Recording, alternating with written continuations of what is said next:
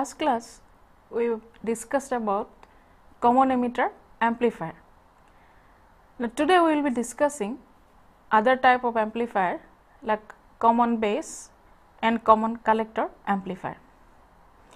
So common base amplifier has the base common to both the input and output circuits. That is, the input circuit is between the emitter and the base, and the output circuit is between the collector and the base is grounded. So let us discuss a common base transistor amplifier. So in this common base transistor amplifier, we are having two DC sources, VEE and VCC. Now these sources are there for biasing the transistor in the forward bias as well as the reverse bias conditions. That is, the emitter base junction will be forward biased by VEE and the collector to base junction will be reverse biased by VCC. Now there are two different sources here, and the resistances which are connected from emitter are RE and collector has a resistance RC, and the source Vs, which is a weak signal which has to be amplified, is coupled by the coupling capacitor C1, and the source has a resistance Rs in series with it, and the coupling capacitor at the output side is C2, which couples the output voltage. That is, it prevents the DC voltages and only allows the AC voltage. That is the reason for connecting these coupling capacitors. We are taking, for example, a PNP transistor, which is indicated by the arrow mark in the emitter base junction, and that is why the polarities of the DC sources VEE and VCC are like this, and emitter base is forward biased by VEE and collector base is reverse biased by VCC.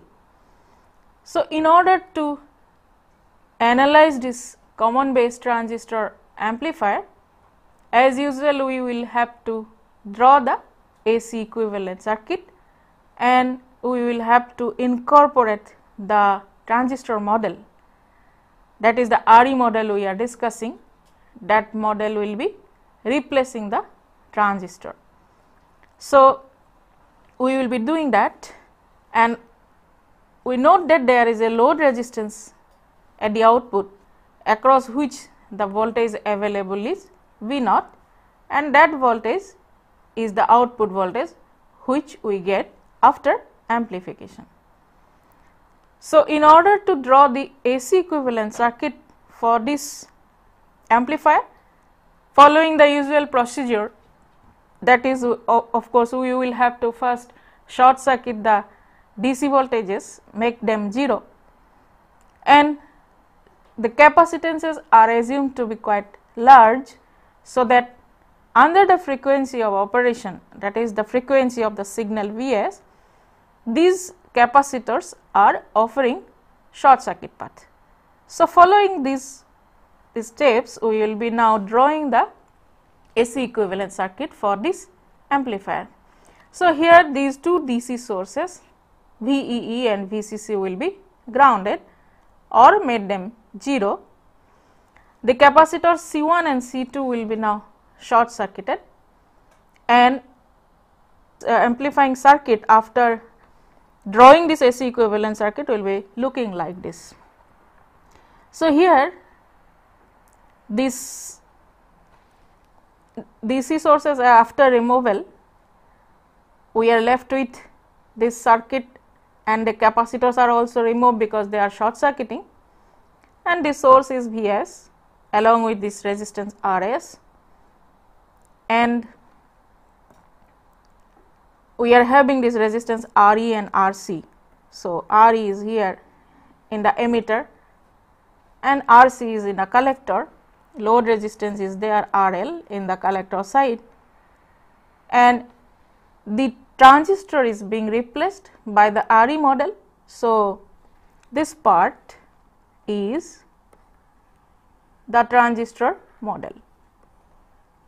So, here we have this resistance RE, the emitter base forward bias resistance RE, and the current which is flowing through RE is the emitter current IE, because it is a common base transistor, base is grounded and it is common to both input and output circuit, and input at this point emitter is the input current IE, and the collector current is at the collector or output, which is IC.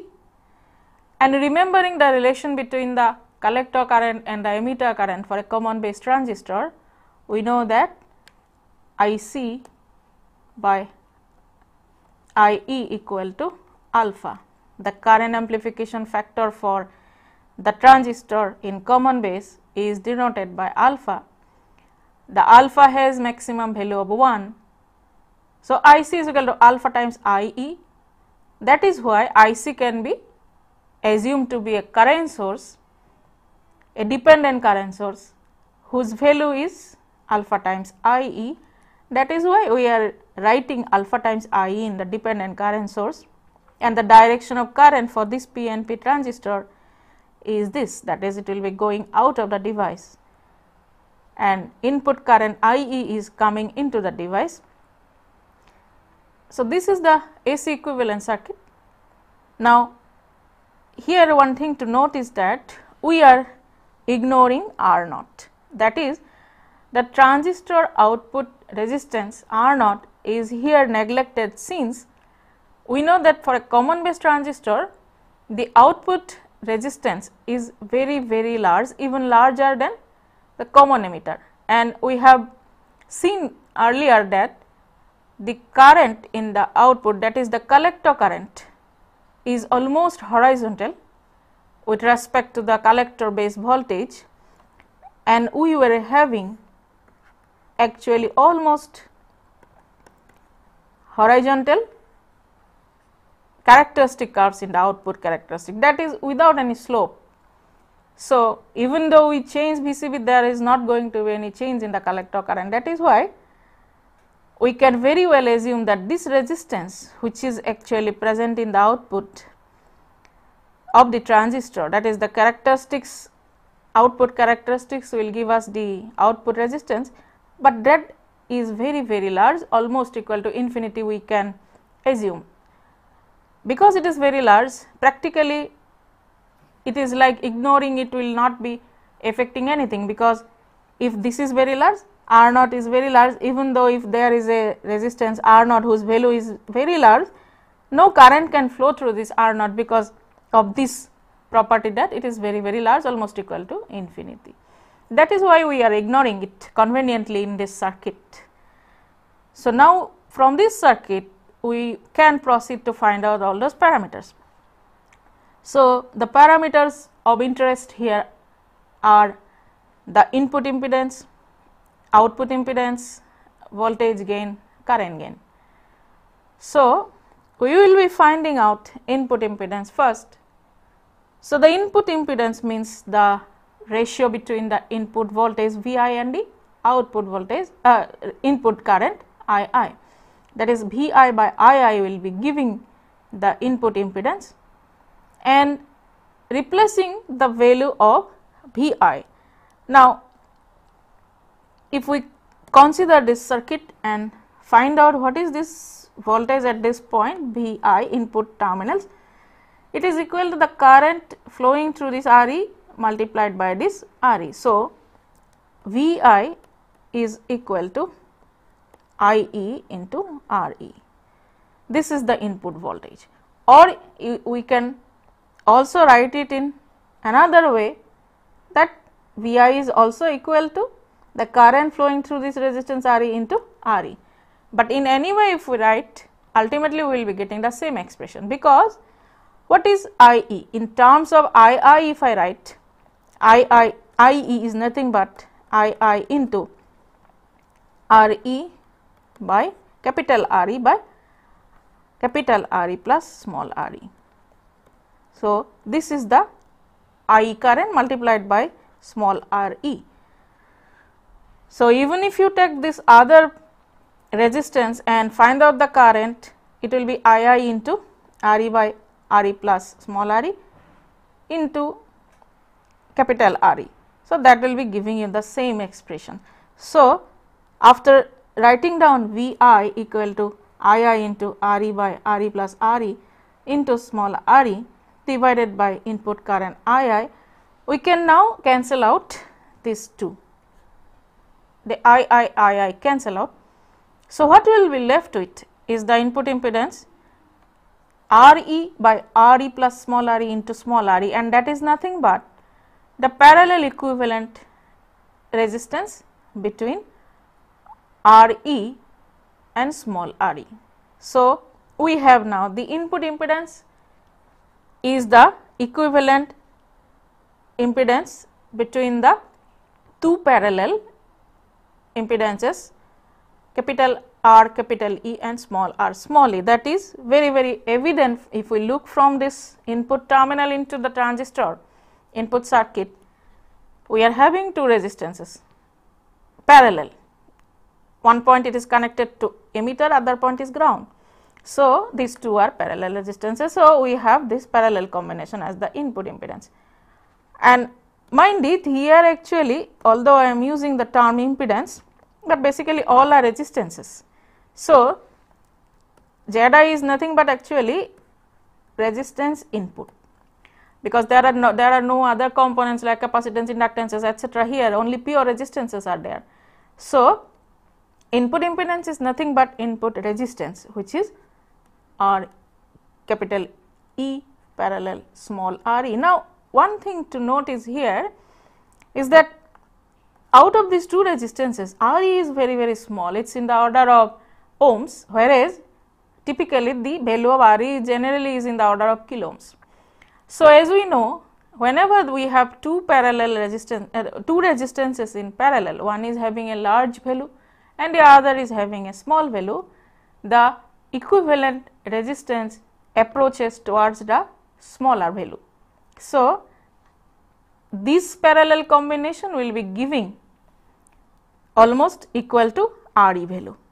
Even numerically also we can do and see it, but this is just to bring out the fact that input impedance of the common base transistor or input resistance of the common base transistor is very small. It is because it is almost equal to Re, and Re we know the emitter resistance in the transistor model, that is having a value of around some ohms.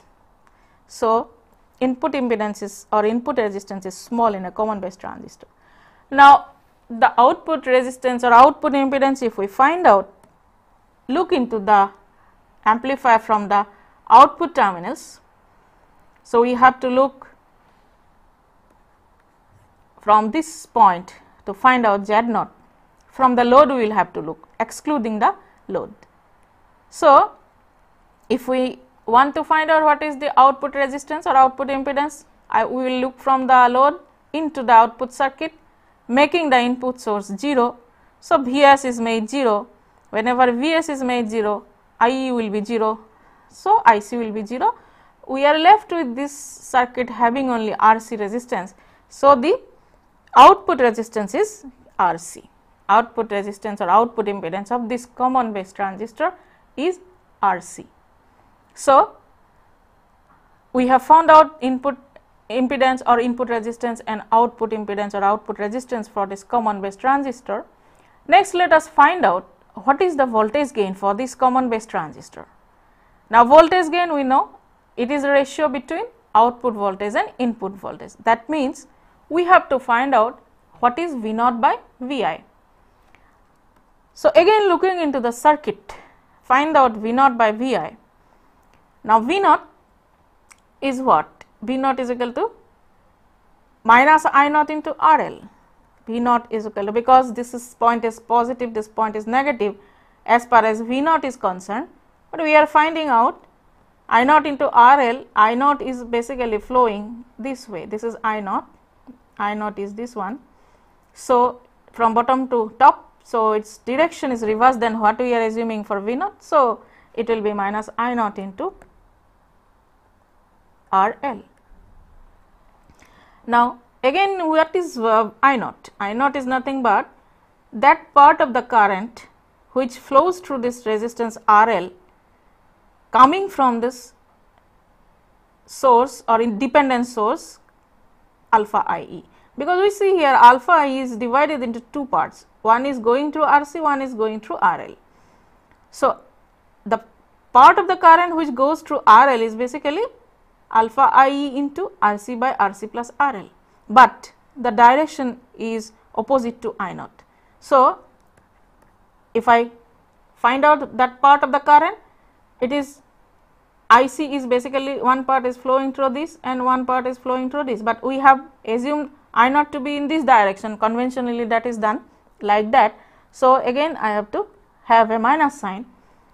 So, this I naught is basically minus I C into R C by R C plus R L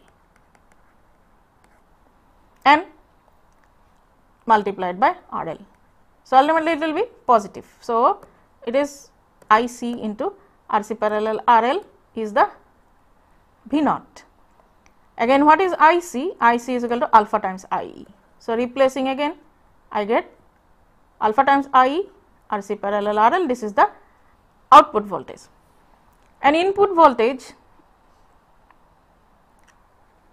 is again using the earlier expression that we have already found out what is input voltage, that is I E into R E. So, input voltage is small I E into R E. Again I E is nothing but we can replace by I into R E by R E plus small r e. So, the whole thing multiplied by R E. So, what we get is I E I into this is I into R E parallel R E. So, these two are the expressions what I get from V naught and V I, and so replacing the thing here, that is we are getting it alpha times R C parallel R L, this is this output voltage, and it is R E parallel R E, this input is I E parallel R E. So, I E can be cancelled out. So, instead of putting it into or expressing it into again I with respect to I, let us keep it here. So, the upper portion or the numerator for this voltage gain, output voltage V naught, that is equal to alpha times minus minus becomes plus. So, alpha times I E into R C parallel R L, and the denominator becomes I E R E. So, I E cancel, what we get is that alpha into I C parallel R L by R E.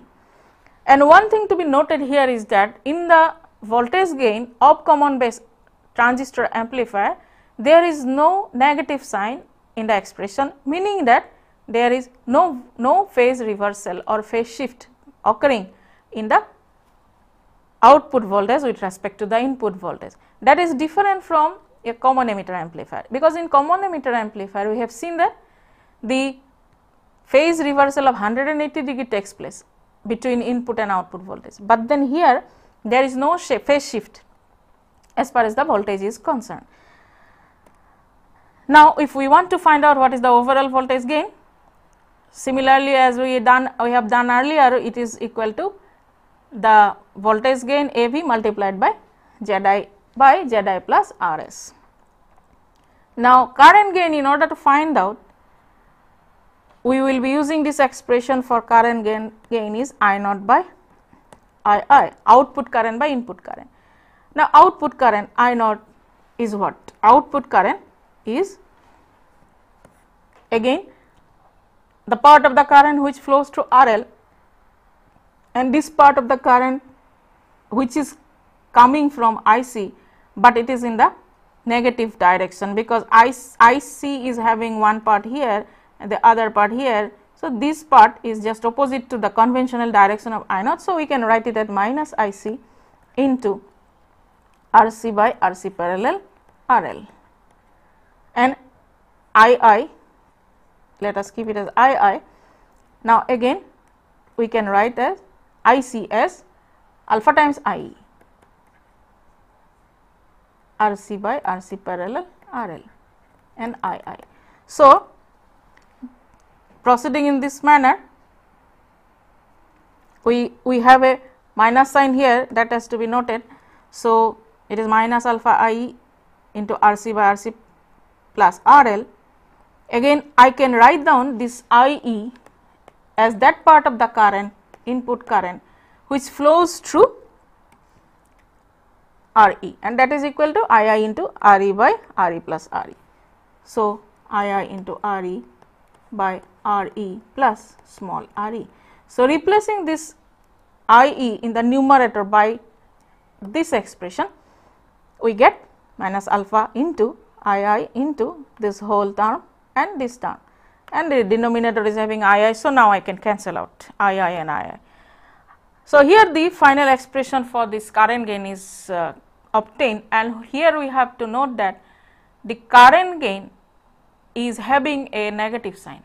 That means, the current at the output and the current at the input, they have a phase reversal of 180 degree. The voltage does not have a phase reversal. Output voltage and input voltage are in same phase, but the current at the output and the current at the input I naught and I that have a phase reversal of 180 degree, that is denoted by this minus sign. So, here this current I in this direction, the current I in this direction. So, if we compare them, I naught by I that has a negative sign, because of this fact that they have a phase reversal. Now, where this common base amplifier is mostly used, actually the common base amplifier is very frequently used as a current buffer. So, the current buffer means, suppose we want to use the common base amplifier as a buffer stage between a source and a load. Now, when we will be wanting to use it as a buffer transistor, because when we have a load very small as compared to the resistance which is in parallel with a current source. Suppose for example, in this circuit we are having a current source having a current I, and we know that all current sources are having a resistance parallel to it. Ideally that should be infinity, because then no current will flow through the RS, all the current will flow through the load, but practically that does not happen, because the resistance which is in parallel with the current source is generally having a value less than infinity. So, what is happening here is that this load RL is getting a current I minus IRS. IRS is the current which flows to this source resistance which is in parallel with this current source, and a part of it is only going through RL.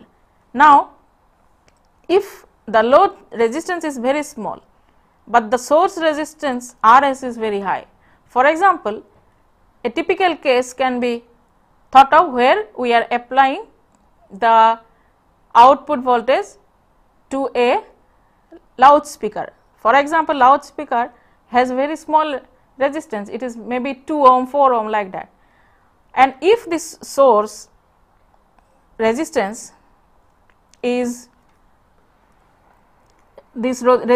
not infinity, then what will happen is that the current which will be flowing I minus IRS, as this is not equal to I, then we have to basically think about something where we will be getting the whole amount of the current I, and for that what is done is that there is a buffer stage common base amplifier, and that buffer stage is included between the source and the load.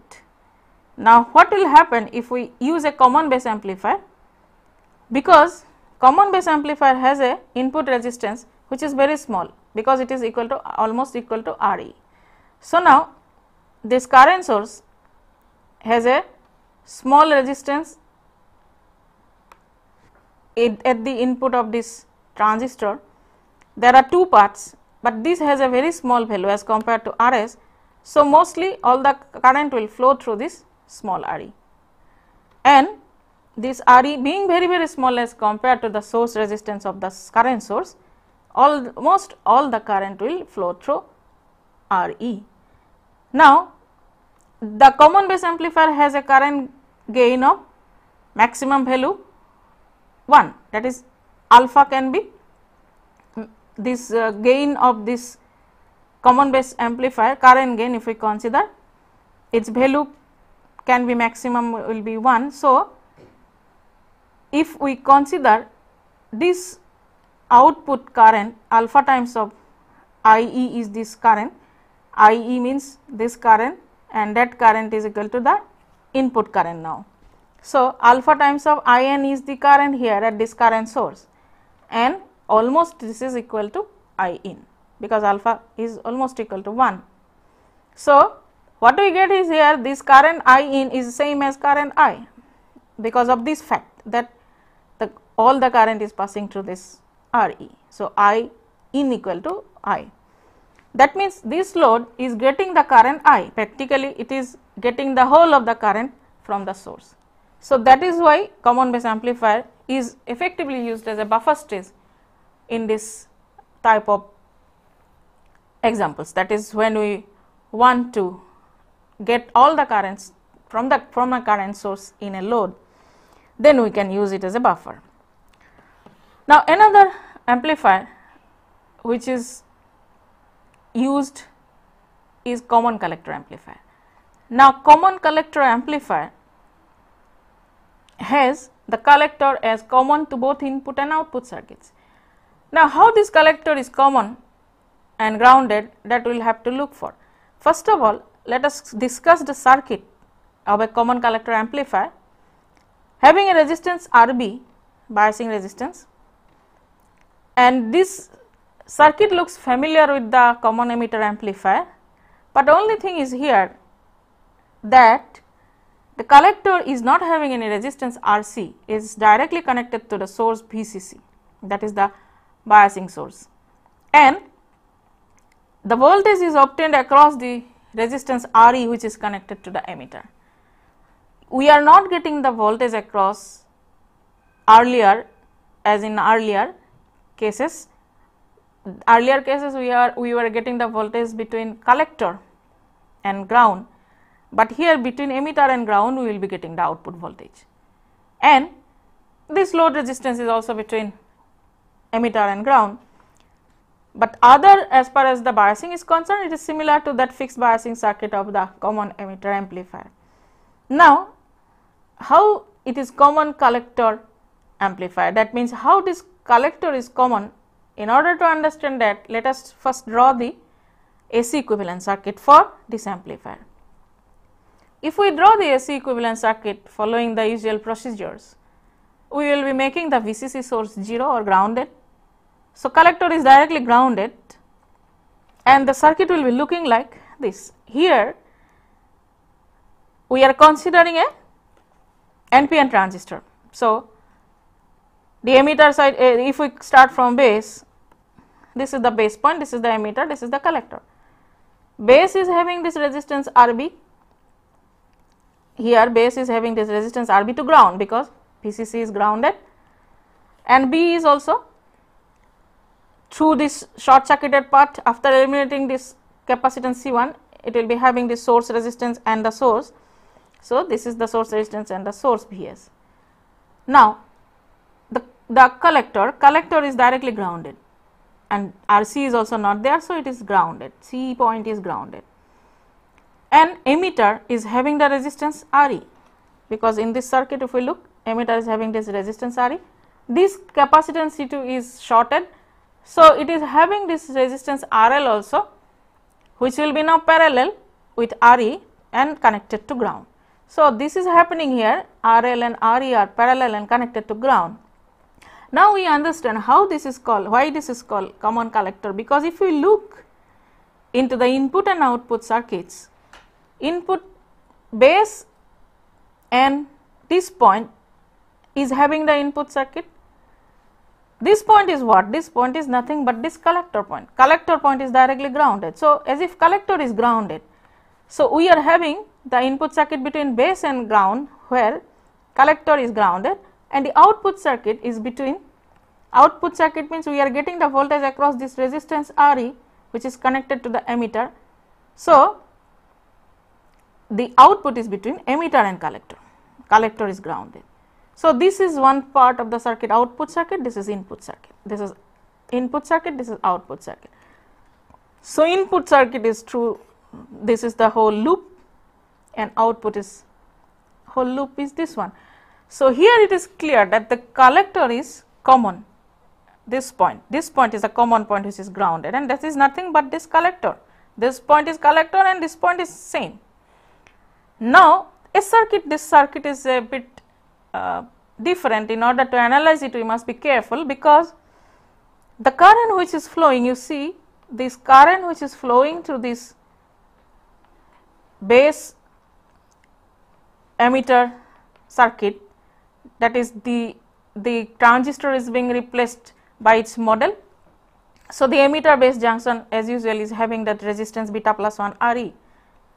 So, the current which is flowing through this beta plus 1 Re is Ib, and the point emitter, from this point the current which is flowing is emitter current is beta plus 1 Ib, and this is the collector current which is beta times Ib. Beta times Ib and Ib are joining here to give rise to the total current which is the emitter current.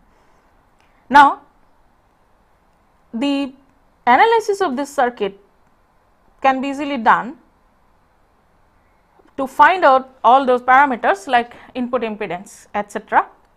Input impedance can be found out by looking into the input circuit from the input terminals or from the source rather. So, if we look from this side Zi, then we will have to get the input impedance considering this circuit, but you have to be careful, because here the input circuit is having Rb as well as this resistance beta plus 1 Re, and there are two resistances in parallel, not only single Re. That point has to be carefully noted, that at this point we have the two resistances Re and Rl in parallel. So, in order to find out the input impedance, if we want to find out input impedance by taking the ratio between Vi and Ii, what is Vi? This voltage from base to ground or collector, that is grounded.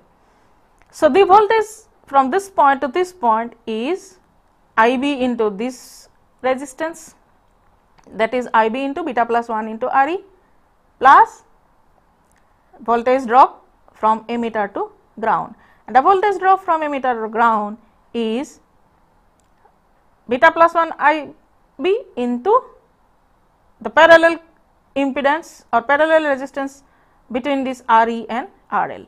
So, doing that we find what is Vi.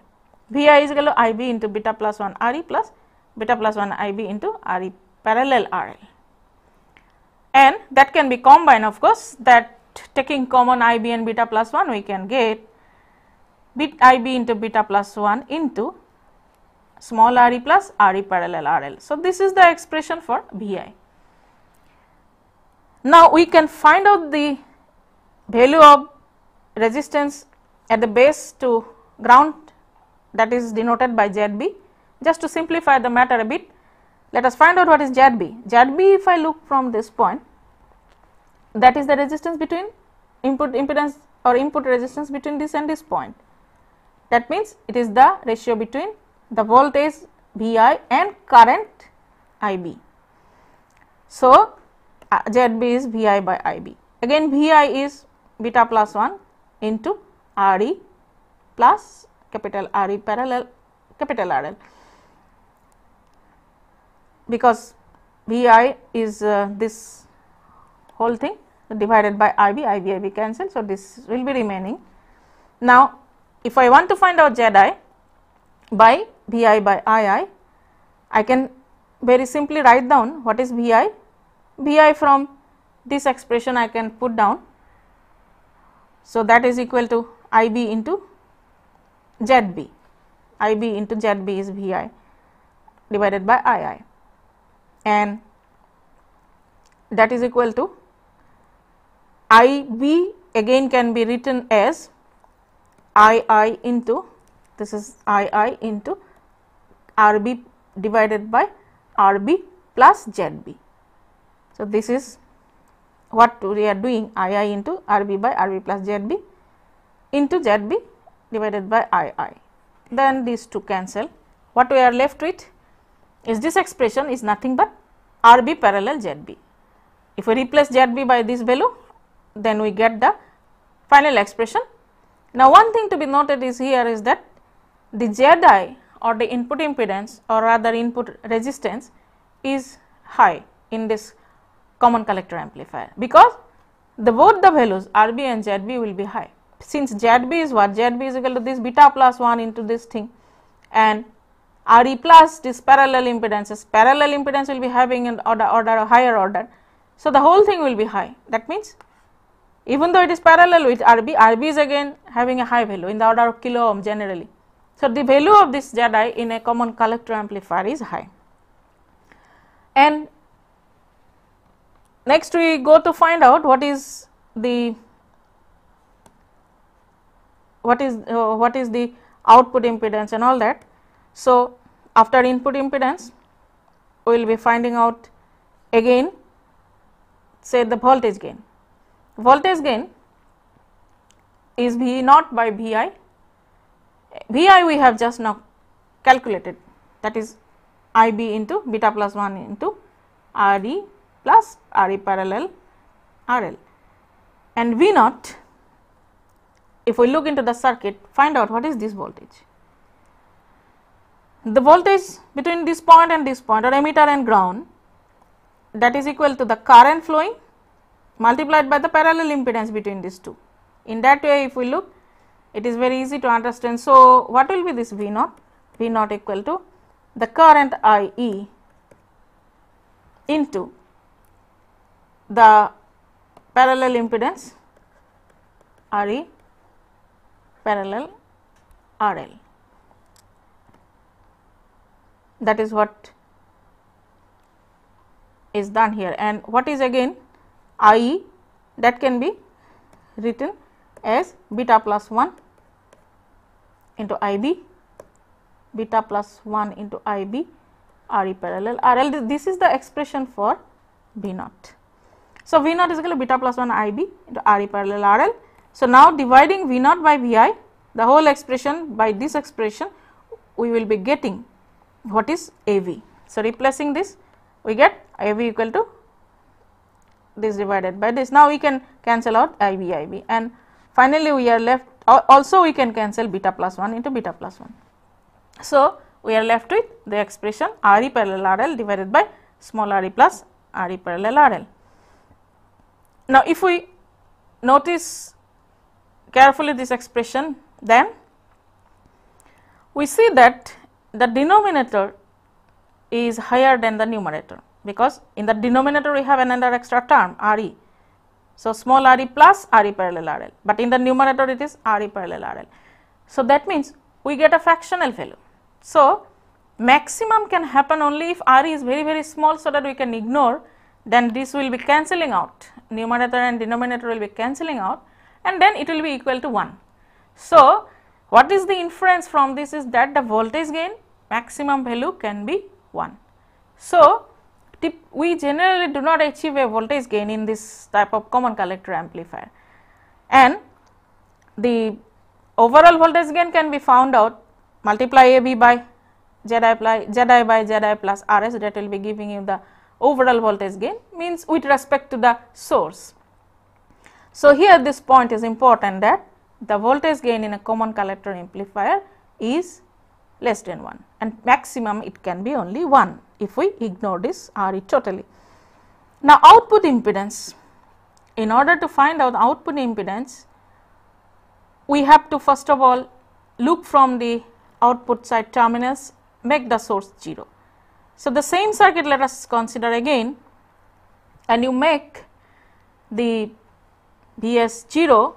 So, having only the Rs in this input circuit, which is parallel to Rb of course, and this is the transistor. Now, at the output between say AB terminals, let us assume that these are the points at the output we will be considering from AB terminal, output terminals. Find out the output impedance for this transistor amplifier circuit. So, we are having at the emitter this point, if we consider focus on emitter, and between emitter and ground, what do we have? We have a resistance Re, we have a load resistance RL. So, now in order to find out the output impedance, looking from this AB terminal into the circuit, we will be having an output impedance Z0 dash. That Z0 dash will be coming in parallel with Re, and that will be giving the exact or the final output impedance. So, overall output impedance for this amplifier is Z0 dash parallel Re. So, Z0 equal to Z0 dash parallel Re. Now, what is Z0 dash? We have to find that out. Now, in order to find out what is this output impedance Z0 dash, we have to apply a source, because we see that we have made the source Vs 0. So, if we apply an external source, that is the procedure to be followed. Apply an external source at the output, which is Vx, and due to this Vx the current flowing say is Ix, then we have to find out Vx by Ix to know what is Z0 dash. That is, we have to find out the expression between Vx and Ix, that will be giving you Z0 dash. That Z0 dash will be in parallel with Re, that will give the actual output impedance of this whole transistor amplifier. So, let us do that. If we apply an external source from outside, we are applying Vx. I am not bothered about what exactly the magnitude of voltage, because that is not necessary, because we want only the ratio between Vx and Ix. So, Vx when we apply, the current flowing is say Ix. At this point the current is divided into two parts. One is this base current, the other is this collector current. So, we can write down that Ix equal to Ib plus Ic, and again Ic is equal to beta times of Ib. So, the whole expression becomes Ix equal to beta plus 1 Ib. Now, what is Vx? This voltage equal to the voltage between these 2 points is equal to the voltage between these 2 points, that is this drop plus this drop. So, this voltage drop is what? Ib into beta plus 1 Re plus Ib into the equivalent resistance between Rs and Rb. So, that is what is Vx. So, Vx equal to Ib into beta plus 1 Re plus Ib into Rb parallel Rs. So, we can now write down what is Ib. Ib is equal to Ix by beta plus 1. Replacing this Ib by Ix by beta plus 1, then writing down the other terms, the common terms is Ix by beta plus 1. So, what will be left? Left out terms in the bracket will be beta plus 1 into Re, because we are taking Ib common and replacing that Ib by Ix by beta plus 1. So, it will be beta plus 1 into Re plus Rb parallel Rs. So, Z0 dash is equal to Vx by Ix. Taking this ratio between Vx and Ix, what we get is equal to Re, beta plus 1 cancel for this term. So, Re plus Rb parallel Rs by beta plus 1. That is Z0 dash. So, in order to find out Z0, it is parallel with Re. So, that is the output impedance or output resistance for this common collector transistor amplifier. And here one thing we can note is that the value of Z0 will be low, since this Z0 is Z0 dash parallel Re, Re is a high resistance, no doubt, but then what is Z0 dash? Z0 dash is equal to Re, small re plus this term. Now look into this term, it is a term which will be having its parallel resistance Rb and Rs divided by beta plus 1. Beta plus 1 is generally a high value. I mean it will be, the denominator will be having a high value, and the numerator is of course it is in the kilo order, but then overall term will be not very high, and it is plus small re. So this term Z0 dash is smaller in comparison to Re. So it will be approaching the smaller term, means Z0 will be a small value. So Z0 is low for common collector amplifier. So for common collector amplifier, what we have noted is that the voltage gain is almost equal to 1, the input impedance is high and output impedance is low. Now these facts can be used effectively when we want to use the common collector amplifier as a voltage buffer. That is, common collector amplifier is used as a voltage buffer because whenever we want to apply a voltage source to a load where the source resistance of the voltage source and the load resistance have a mismatch. That is, suppose we are trying to apply a voltage given from a voltage source, a common emitter amplifier. We are using a common emitter amplifier as a voltage source, and we know that common emitter amplifier has a output impedance high. So the resistance or impedance which will be in series with that voltage source will be having a high value. But suppose we want to apply this to a low load like a loudspeaker, it is having a 2 ohm or 4 ohm etc., the small value of resistance in the loudspeaker. Then what will happen is that how much voltage it is getting? It is getting only Vs into RL by Rs plus RL. If we look into this term, RL is small, this is big because it is plus Rs. Rs is having a high value. Source resistance, of course ideally it should be small, but it is not, practically we do not get a zero source resistance. What we have, depending upon the source used, suppose we are using a common emitter amplifier, the source resistance will be the output impedance of the common emitter amplifier. Then this whole term will be having a small value because the denominator is higher than numerator. So this will be a portion of Vs what we will be getting at the output. That means V0 will be having a small portion of Vs. We are not getting exactly Vs, but our intention is that we must get the source voltage wholly at the load. In order to transfer the whole source voltage to the such type of low loads, we generally incorporate a buffer stage between the source and the load, and that buffer stage is common collector amplifier. Now why this common collector amplifier is being used? There has also particular reasons. So look at this circuit. Here this common collector amplifier is inserted as a buffer stage between the source and the load. Now we are applying a source Vs having a source resistance Rs.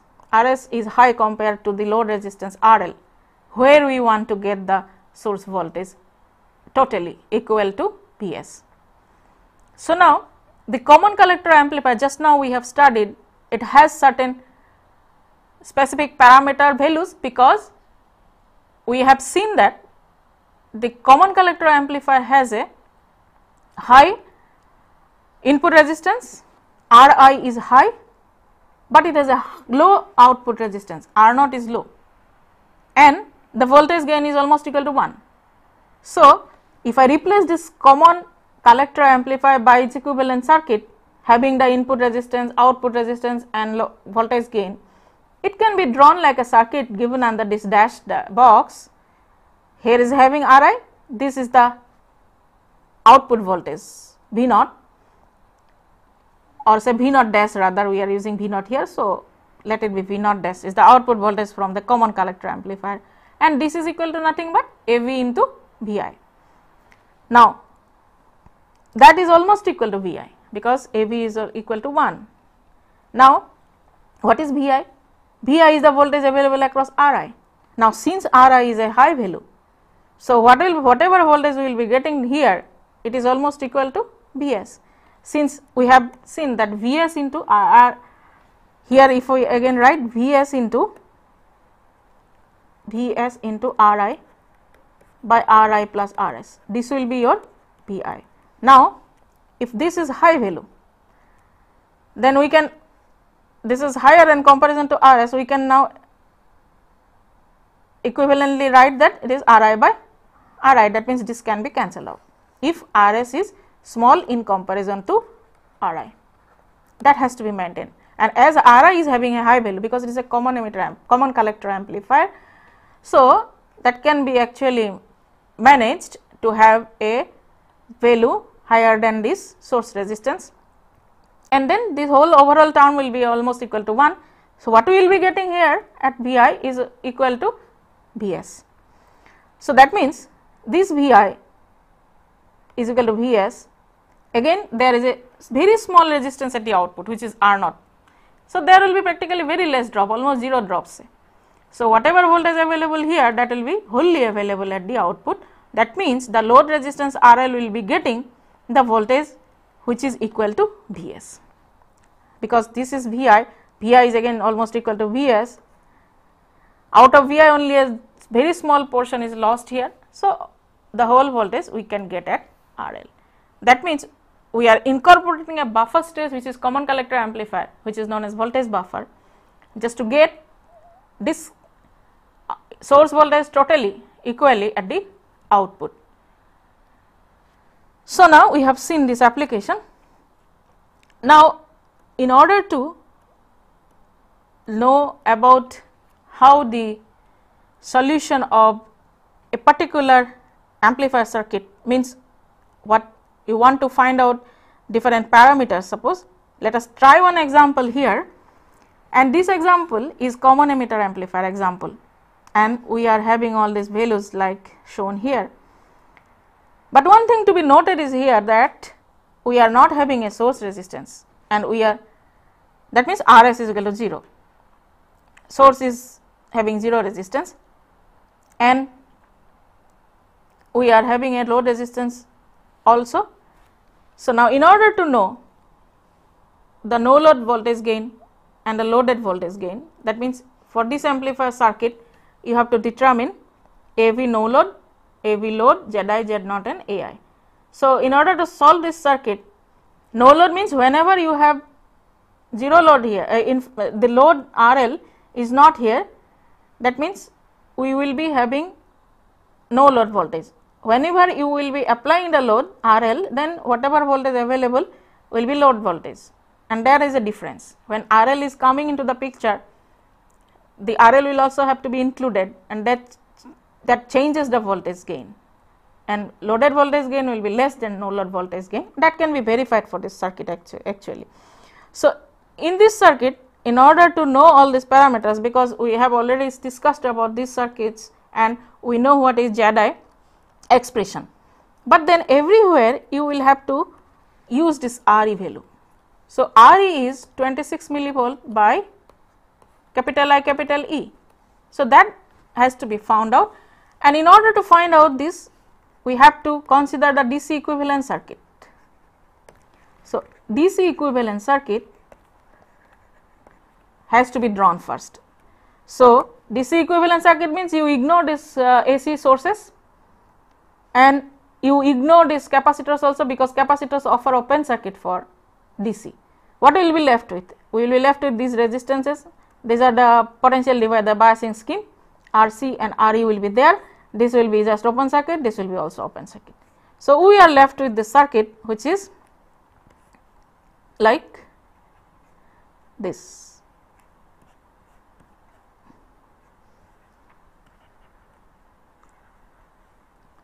This is VCC, R1, R2, RC, RE, and this is a common, this is a NPN transistor, common emitter NPN transistor, and beta value is given as,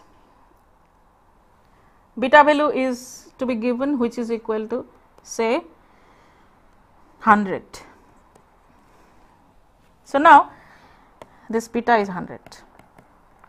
So, now the currents are IC, this is IE, and using the Thevenin's equivalent circuit we can draw this Thevenin's equivalent circuit. This Thevenin's equivalent circuit will be having this resistance R Thevenin and voltage V Thevenin,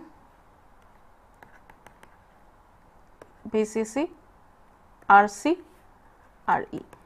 Now we know what is V Thevenin and R Thevenin. R Thevenin is the parallel impedance between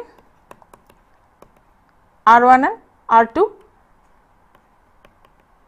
and V Thevenin is VCC into R2 by R1 plus R2.